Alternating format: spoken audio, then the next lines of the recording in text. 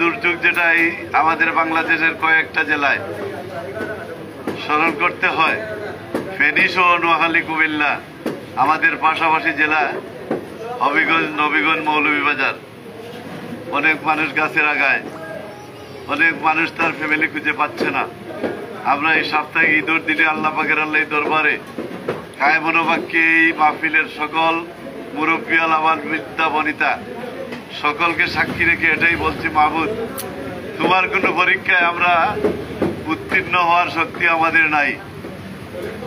আমরা দুর্বল মনের মানুষ, তারপরে তোমার বান্দা, তোমার হাবিব মুহাম্মদুর রাসূলুল্লাহ সাল্লাল্লাহু আলাইহি ওয়াসাল্লামের খাতিরে আমাদেরকে এই গজব থেকে পরিত্রাণ দেন মওলা।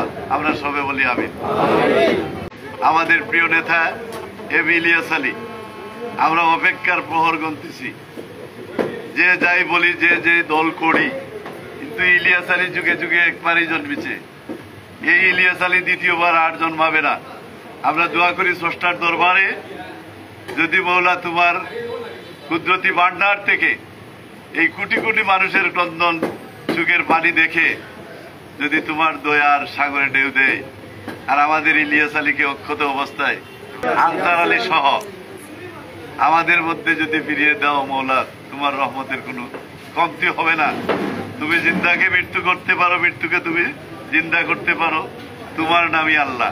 আমরা এই প্রার্থনা করছি মাহবুদ, আজকের এই সুন্দর পরিসরে পড়ন্ত বিকালে আমাদের মুসলমানদের সাপ্তাহিক ঈদের দিন শুক্রবার, এবং এই দিনের এই টাইমে আসরের পর আর মাগরিবের আগে আল্লাহ তোমার দরবারে সব রিপোর্ট যাবে। তোমার এই রিপোর্টটা, আমাদের এই আবদারটা তোমার দরবারে যেন কবুল হয়। সবাই বলে আমিন।